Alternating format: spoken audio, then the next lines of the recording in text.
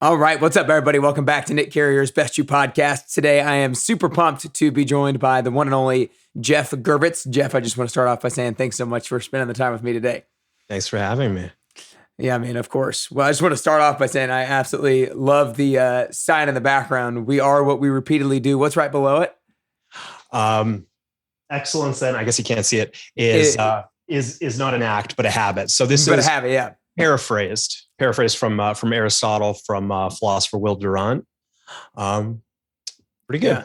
Yeah, no, I've seen the quote before, and I just wanted to make sure that I wanted to see if that's definitely what it said. But I love it. Well, real quick, Geoff is the founder of Bang Personal Training and the upcoming Dad Strength podcast. You're an expert on fitness and behavior change, and that's one of the things that I'm most excited to talk about with you today because I'm a fitness trainer as well, have been for almost 6 years, and I'm probably most intrigued by the behavior change side of things over almost anything else. And I help people with the long-term game, and you believe in helping people with the long-term game when it comes to lifelong health with both physical and mental health. And the way I kind of want to start today, Geoff, is to kind of orient everybody in regards to kind of your career and how you got started and everything like that. So if you just take a few minutes kind of telling everybody you started Bang back in 2008, and then you've kind of really gone into studying more of the behavior change side of things. So just take a few minutes and kind of orienting people on who you are and where you've been in your career thus far. Sure. Unlike a lot of my colleagues, a lot of my friends, for example, have a similar story. There were these breakout athletes. They were on their way to D1 or the pro track, and an injury happened, and they sort of, were able to repair their bodies through training.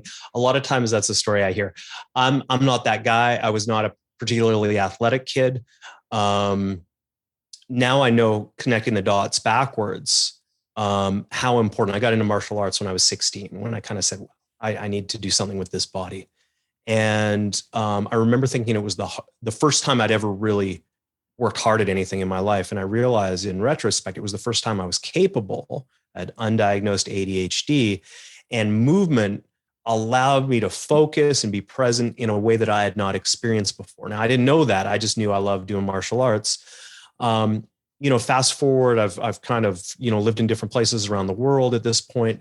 I moved back to Toronto.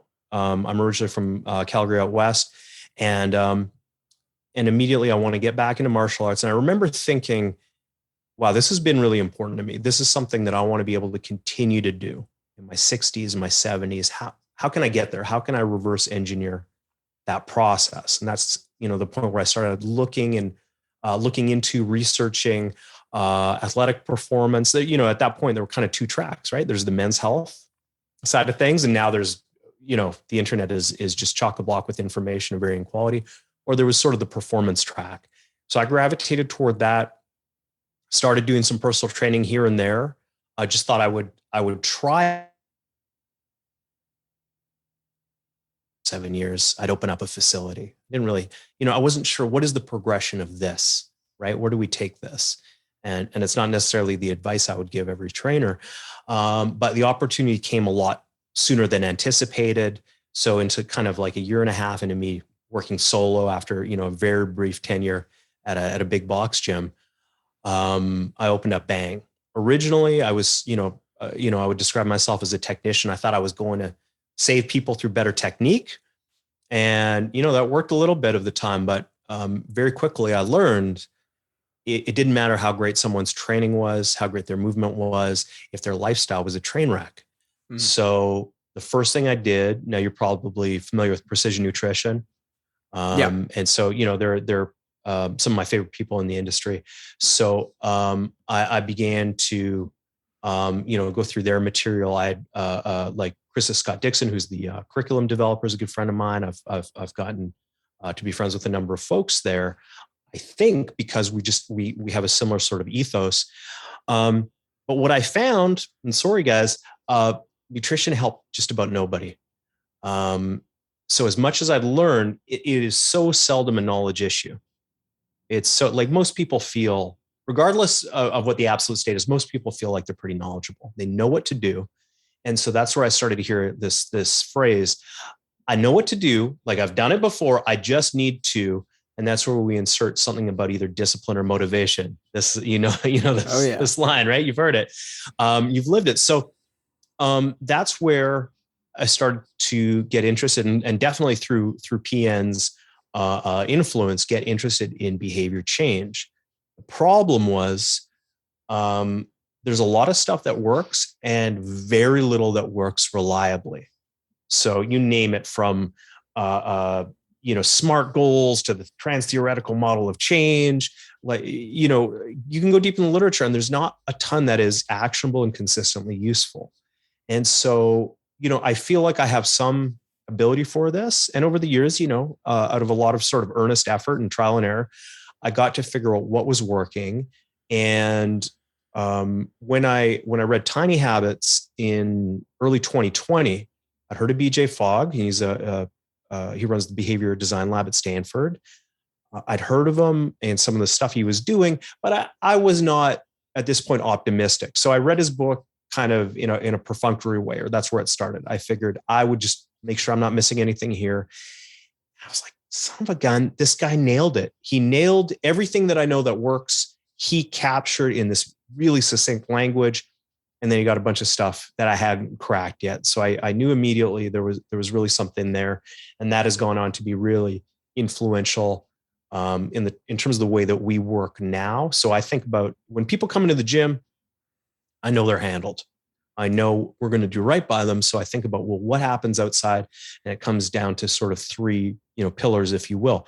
One is nutrition, one is sleep and regeneration. And the third is habit design. If you know what you want to do you have the skills to create that in a consistent way? Not a theoretical way, not if I can just kind of overhaul my entire life way, but can I start tomorrow? And that's what I would consider to be real mastery on that.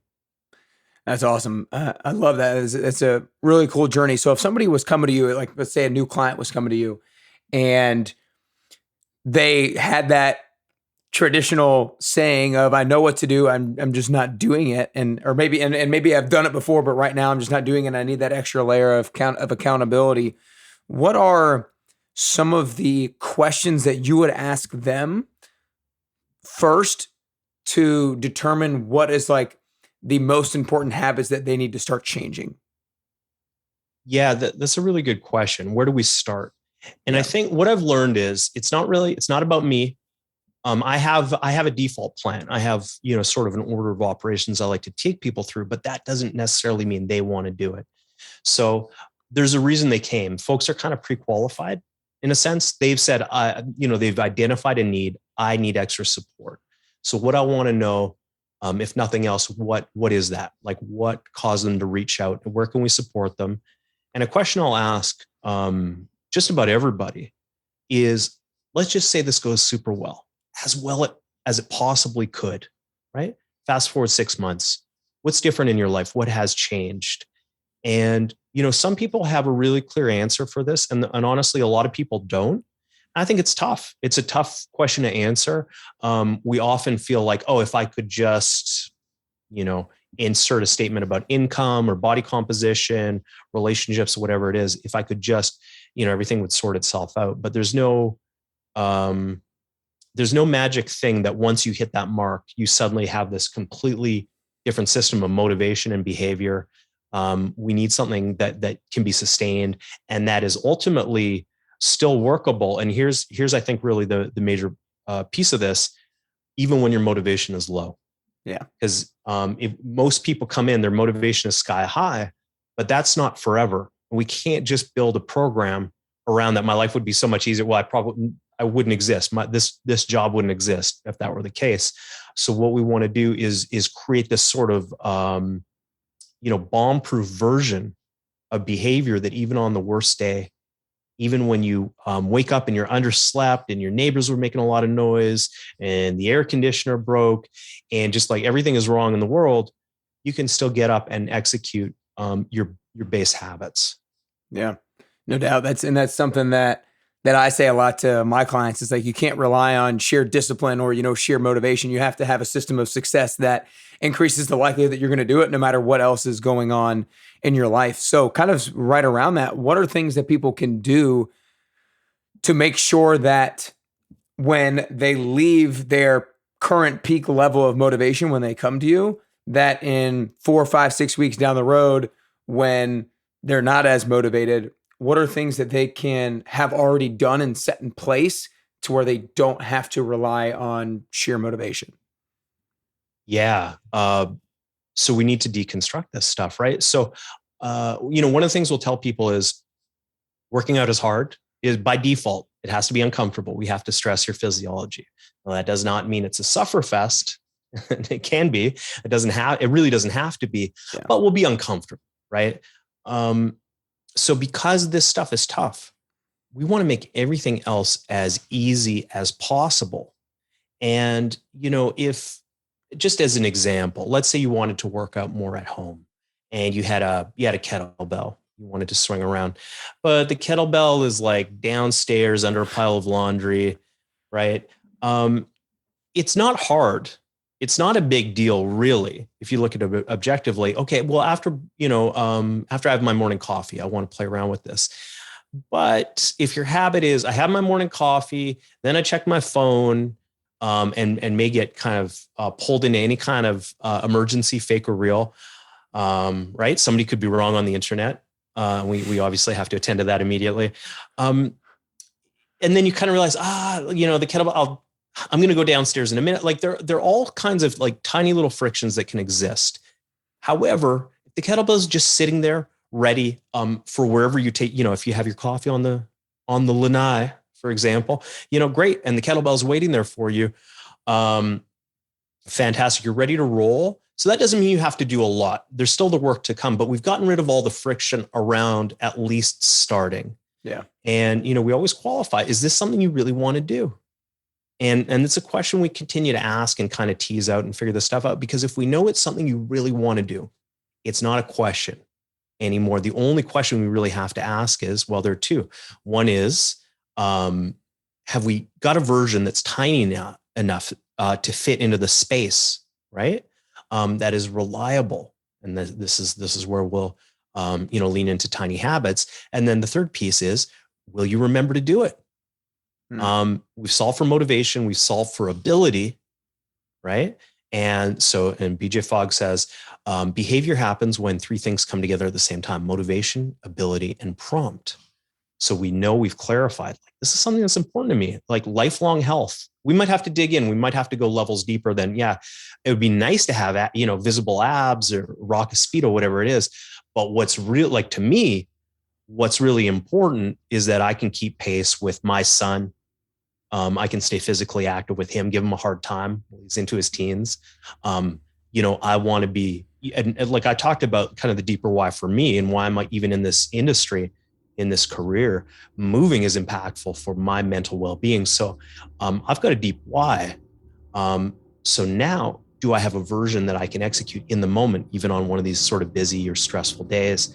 And then finally, if I've got those two, will I remember to do it? And that's where we can kind of arrange prompts and create these sequences of behavior. Like after I have a coffee, after I put down my mug, I will pick up my kettlebell. And sometimes that's enough. The rest kind of flows naturally. So we don't have to create these overly elaborate 90-minute workout plans that we won't always be able to do. You can always pick it up. And if you're busy, put it back down. But you are nurturing that habit every single day. Yeah. I like how you broke down the three different pillars, if you will, like the motivation, ability, and prompt, when all of those can come together. I kind of want to break down a little bit of those three, but before kind of diving into the first one, which is ability, that I want to dive into, I want to ask, do you think that there is a one that is most lacking in people? Because I feel like I feel like all of them strike at different times, because I feel like people are, like you said, they start motivated, and so they don't need necessarily the ability and prompt as much, because the motivation can take over and be the biggest driver for them actually following through and doing what they know they should do. And then motivation starts to go low, and because they haven't done anything about ability and prompt, then they stop doing that particular habit. Do you feel like there's one that lacks the most in people? That's a really Interesting question. I haven't thought about it in that way. I never assume that motivation is missing in people. Certainly when they come to me, and I think we have sort of an inherent mistrust. And I think that this is actually one of our big problems culturally, is that we do not trust in the implicit motivation of other people. And I've heard this expressed in all kinds of ways, from fitness to, social welfare. Oh, people will grow lazy and indolent off of, having enough money for food. It's just not a thing. People are motivated. People are surprisingly motivated, often to do great things. I think it's really our job, if we want to see the most in people, if we want to see a better world, to ask the question of, well, what frictions can we take away? And often there are things, it's instead of trying to whip people up into a frenzy and kind of live your life at 10 out of 10 motivation. That's not, that's a manic episode prolonged, right? It's not really a realistic objective. We've all done this. We've all made this mistake, right? Where we say, okay, I'm going to design, they say you should never go grocery shopping hungry, right? And you should never design your life or your calendar when your motivation is at a peak. Because we've all done this. We've crammed our days full of stuff, and by 10:30 in the morning, you're already underwater, and it's kind of it's destabilizing. It doesn't feel great. But I like to remind people, we have the ability to design these constraints. We can set where the goalposts are. And again, Tiny Habits is about moving the goalposts closer to you. And for everybody that would say, well, that seems too easy, that's weak, you just have more discipline, we'll have more fire in your belly. It's like, well, hold on.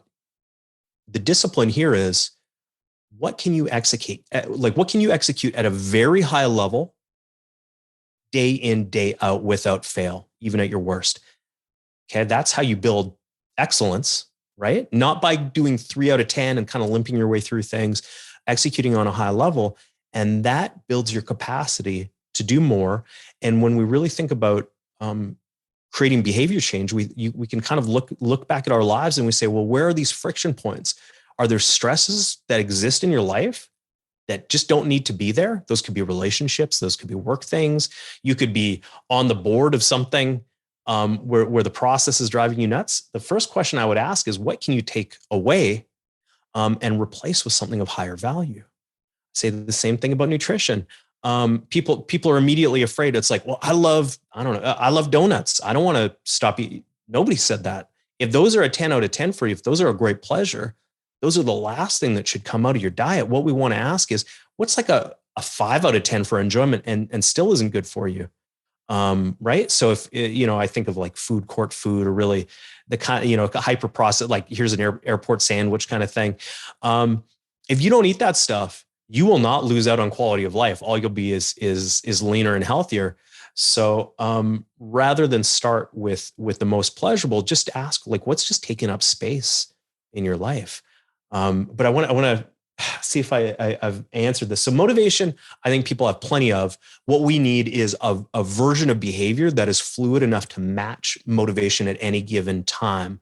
So that's the skill to be developed, right? Say that. So say that again. Say that again. Yeah. So we all of us have, if you know what's important to you in your life, you have a ton of motivation for it. You might be in a period where you're feeling more fatigued or stressed, but it's still there. And if we could take away a lot of those frictions for you and a lot of those stresses, I think you would find yourself, anyone you know, really would really be willing to push to a surprising amount. So we know the motivation's there. The question is, do you have a version of behavior, a version of action for every level of motivation?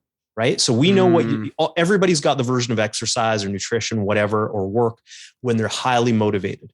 But do you have a version of this? Do you have a version of success for your nutrition, for your health, for your professional life, for your relationships that works when your motivation is low, when you're bummed out? And that's the skill. But I'll tell you, so in the Tiny Habits method, there are 3 things. We've got an ABC formulation. We have an anchor, and that is, well, what reminds you to do the behavior? We have the behavior itself. That's the B. And C is celebration. And that's what I think people are missing in their lives. And so I'm going to say this because if you're anything like me, you already had sort of a knee-jerk reaction, if you're listening to this, to celebration. I don't like to, the purpose here in integrating celebration with habits is emotion creates memory, positive and negative, but we'd like to stick with positive emotion. Thanks very much. So when you have positive emotion, you're more likely to remember to do the thing. It becomes stickier. The problem is, for me, I didn't want to dance or sing or pump my fist or jump up in the air. So I struggled with that for a little while, but then I realized, one of the things we can do is, one is you can look for your natural celebrations. When something wonderful happens, you think about the last great surprise you had and what your reaction was. Did you say yes? Did you pump your fist? Whatever it was, that will probably work. You can simply smile, and you don't even really have to feel it. This is kind of syncing up these two processes. But the other thing you can do, if you're really clear on what's important to you in your life, you can say, hey, I just took a step closer to doing that. I just made a vote for the direction that I want to live my life in. And I think that's really powerful. So I think celebration and giving ourselves props for our little wins, for the small actions that we take that are in alignment with our values, that's what I think is missing for most of us. I think it would really improve quality of life. It certainly has for me. These aren't participation trophies. Right. If that's a bugaboo, this is stuff that you've earned. They're small wins, but they're wins. And the more aware of those we are, it's not just, patting yourself on the back and saying, hey, great job. It's really developing this sort of eagle eye for opportunities for growth and movement in your own life. And so we have to be sensitive to what those look like. We have to have a really good sort of felt sense. Where do I excel? Where do I win? Where do I move forward? And when you can identify these and start to see the patterns, you'll find other opportunities to move things forward. Yeah, that's great. I definitely think I like that ABC, the anchor, behavior, and celebration. And I do think celebration is something that a lot of people are missing. And like you said, you can like find your own version of celebration. It doesn't mean that you have to. Celebration doesn't mean go eat a piece of cake because you worked out. Celebration could be as easy as checking off a box, or like you said, giving yourself a verbal like hell yeah, like I did that kind of a thing. So you broke down the motivation, ability, and prompt earlier. I kind of want to go to the ability part of it really quickly. And to me, that's kind of like, the ability part of it is so much about the word tiny, right? It's small enough to where you have the ability to do it. And tiny is different for every single person. Like if you're somebody who already works out, an hour 5 times a week, tiny is different for you than it is to somebody who works out, 30 minutes a couple times a week. So how do you come up with what tiny looks like for each individual? Yeah. So what is tiny? All the time, people will say, well, as an example, a common aspiration that will come up is someone will say, I want to meditate more. Okay. Well, like how much is more? Well, like 60 minutes a day. Okay. Well, cool. Okay. How much are you meditating now? 0. Okay. So maybe we need something smaller, like 30 minutes, 20, 10. Generally, tiny habits as a heuristic take about 30 seconds to do. And it's not to say we're watching the clock, but if you're going to do push-ups, for example, maybe a couple of push-ups. Yeah. And then you celebrate. Now you can always do more. Nobody said you can't do more, but we keep the bar super low. So you always have this entry point that you can be successful with. So it's not going to take much time. It generally fits into whatever, if you design a habit well, it fits into the environment that you're in. And the other part about this is there's never any emotional friction. So if you have ever said, I set out this habit for myself, or I said, I was going to read more. And then you remember you're going to read, but you say, I just need to, right? And you could fill in almost anything. Like I'll do it after dinner. I'll do it after I walk the dog. I'll do it a little later when I'm feeling more alert. That means any kind of friction or procrastination means it's just not tiny enough. So make it tinier. Maybe all it is reading a paragraph. Maybe it's reading a sentence. Maybe it is literally opening the book. That would be called a starter step habit, where you just put yourself in the position. And this tends to work really well when you already really want to do the thing. And generally the process is pretty contiguous. It's unchanged. Meditation, I'd say sit down on a cushion. If you feel like hanging out there and meditating, so be it, but you're already there. We've overcome a lot of the initial friction. And we find whether, we're talking about workouts, whether we're talking about meditation, any kind of health behavior, once people have started, the hard part's over. And generally there's a really good bit of momentum because again, the motivation is there. And as long as we have a version of behavior again that matches that, we're going to be golden. Yeah. No, I like that. If there's any kind of, like you said, emotional friction, if there's any kind of that, then it's too big. So, for all you guys out there trying to create some sort of habits, anytime you start seeking out excuses or seeking out just almost like distractions or other things you could be doing, then it could be a sign that is not tiny enough. One of the things I started with is how both of us have the long-term game in mind and try to ourselves have a long-term mindset and try to coach others to have a long-term mindset as well.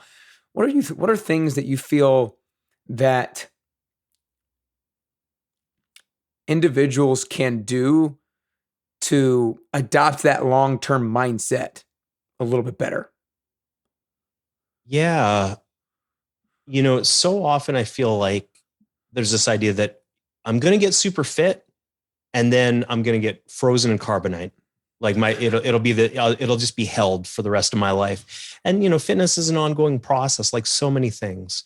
Right. So it really doesn't matter how intense it is. It doesn't matter necessarily what level you reached. Sometimes there's some bragging rights there. You have some nice photos and that's great. But the question is, what can you do consistently?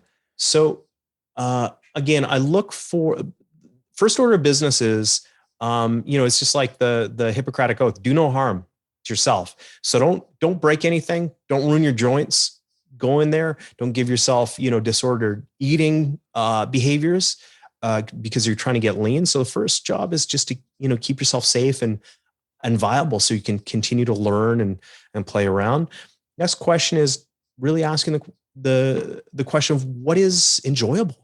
Like, what do you like doing? What can you see yourself doing on an ongoing basis? So it doesn't have to be the world's most optimized exercise. If it keeps you active, if you love podcasts and you enjoy walking and you do them at the same time and you're doing that for 90 minutes a day, you know what? You are going to put yourself in relatively rare air. You would be surprised how impactful that can be, in an otherwise sedentary life. It's huge. And that is far more effective. And that would be my advice for far more people than go in and do like, 4, gut busting 90-minute workouts a week. I think more people would benefit from the former. And then if you've got that, right, now we've built some capacity, you have the option. If you want to do more, you can always do more, but you've sort of built a physiological platform for that you have enough sort of aerobic fitness, you have enough sort of, tissue capacity. Yeah. You're safe for doing it too. Yeah. Yeah. I love that.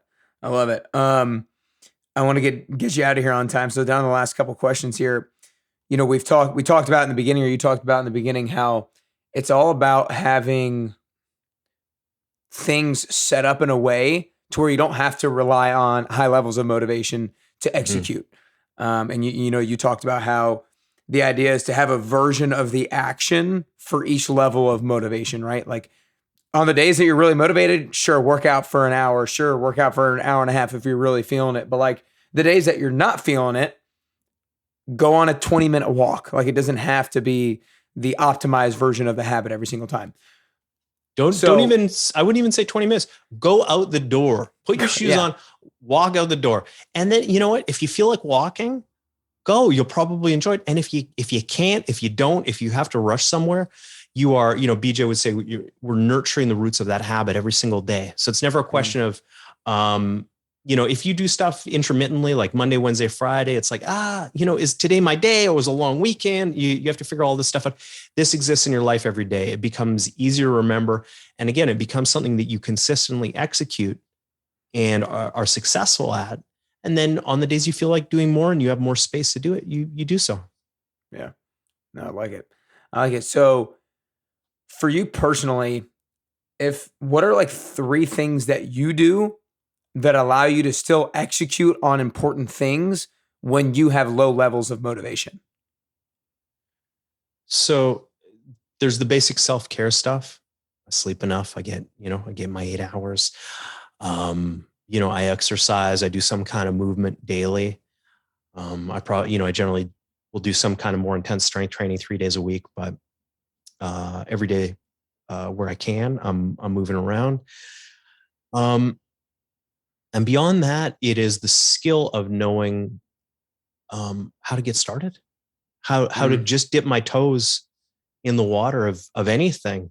I'm working right now, particularly on a reading habit where I want to, I executed this in the morning. I say, okay. After I notice that I want to check my phone, I will open a book and read at least one paragraph.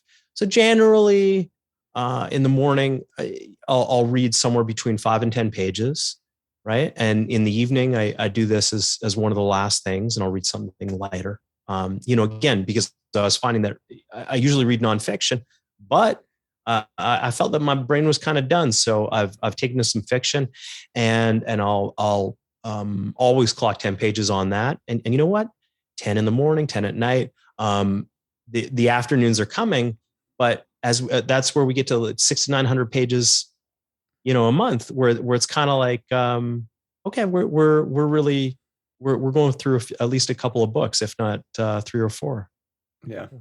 I like it. I like it. I like good luck on continuing that habit and continue growing it as you want to. Well, before I ask the last question here, Geoff, I just want to acknowledge you for doing this work because, as you said, there's so many people out there that know what to do. They're just not doing it. They're not following through. They're not executing because at the end of the day, most people kind of know what they should be eating for the most part. They kind of know that they should be exercising or an idea of what they should be doing. They need these tiny habits and they need the education and the coach and the accountability and the frameworks to allow them to execute at a high level even when they're not having high levels of motivation. And I know you're doing that for so many, so I want to acknowledge you for putting in that work for people. Appreciate it. Thanks. Yeah, man. Well, I want to make sure other people are going to want to go learn more about you and everything that you're up to as well. So where can people go to go learn more about you and support you and follow you and all that kind of stuff? Okay. So for training, if you're in Toronto, if you want some distance coaching, otherwise, bangpersonaltraining.com. If you are a parent, if you want to check out our upcoming podcast, dadstrength.com. And I am. This is a project where I originally just wanted to be a less terrible dad, really just kind of learn, avoid making the major mistakes, and where it's been an opportunity to learn from people with all kinds of mindsets and expertise and kind of take it back home into taking good care of yourself and your family, doing work with meaning and asking the question of, what kind of real change is available to us over 40, which is, a surprising amount is the answer. Yeah. That's awesome. That's awesome. Well, last question here, Geoff, is I think that getting closer to the best version of yourself is both a constant journey and a unique journey. I don't think we're ever at that best version of ourselves. And I also think that the way that I'm going to get closer to the best version of myself is going to be a little bit different than the way that you get closer to the best version of yourself. So for you personally, if there are three things that you can currently do or three things that you can currently work on to get closer to that best version of Geoff Girvitz that you could possibly be, then what are those three things that you could currently do or currently work on? I mentioned precision nutrition. Phil Caravaggio, who's one of the co-founders, has been a tremendous friend and mentor to me, and he really pushed me to explore the idea of unique abilities, and that's asking the question of where do we see this overlap between stuff that you're not just good at it, but you enjoy doing, you are energized by it. Okay, and this is, I think, your greatest potential for work of real impact. Um, and so I think it's not an easy question. And as much work as I've done on it, I'm continuing to learn about it. So really dialing into that, what is that like, and how can you create more room for that in your life? Um, Often, one of the kind of side quests that gets you pulled off is when you have stuff that you're really good at, but don't necessarily enjoy. You're not energized by. Often that will form a big chunk of people's careers. So it's just something to be aware of. And so trying to move into that sort of rare Venn diagram overlap of that real sort of joy and energy from doing it and something you're great at. That's really important for me. So continue to ask what's at the heart of all this. I think sometimes I feel like I have great clarity on how to move forward. And I want to just continue, using what I know to develop my skills to do that. And sometimes I have no idea what I should be doing, or I don't have the energy. I'm not sure what the match is. And in those moments, I revert to taking care of myself, doing the basics. So again, continuing to learn, continuing to exercise, to eat well. So at the very least, I'm going to be in a better condition to pick up the challenge the next day. Was the third thing I think is just being aware. So I'm not sure how to put this. It's a great question. For me, it's something around emotion. So this relates to my own sort of mental well-being. It relates to me being with my family. But there are things that happen that are upsetting, that are infuriating, that are good old fashioned annoying, right? If you're a parent, you will be annoyed. I assure you.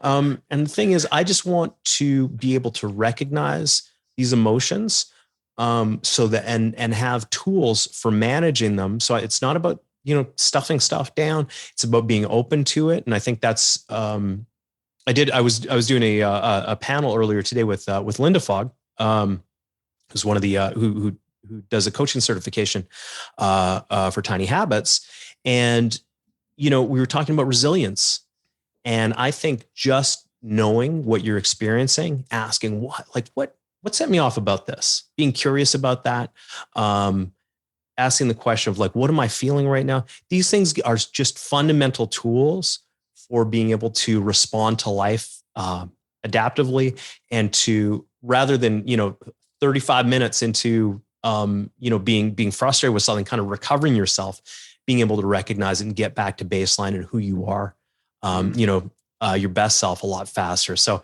we can call it emotion regulation, or just kind of awareness of your emotional state. I think that's really important, fundamental to a lot of other important behaviors. Yeah. Well, I love it. I appreciate you for really diving deep within yourself and coming up with some awesome answers, because it's easy to rattle off just a couple word answers for each of those three, but you really dug deep, and it's obvious that you have been thinking of these things not just now. You've thought of them in the past as well. But Geoff, awesome stuff today. I know there's a lot of practical things that people can start to take action on regarding any habit they're trying to form, and especially their health and fitness habits. So really appreciate your time today. That's all we got. Thank you, Nick.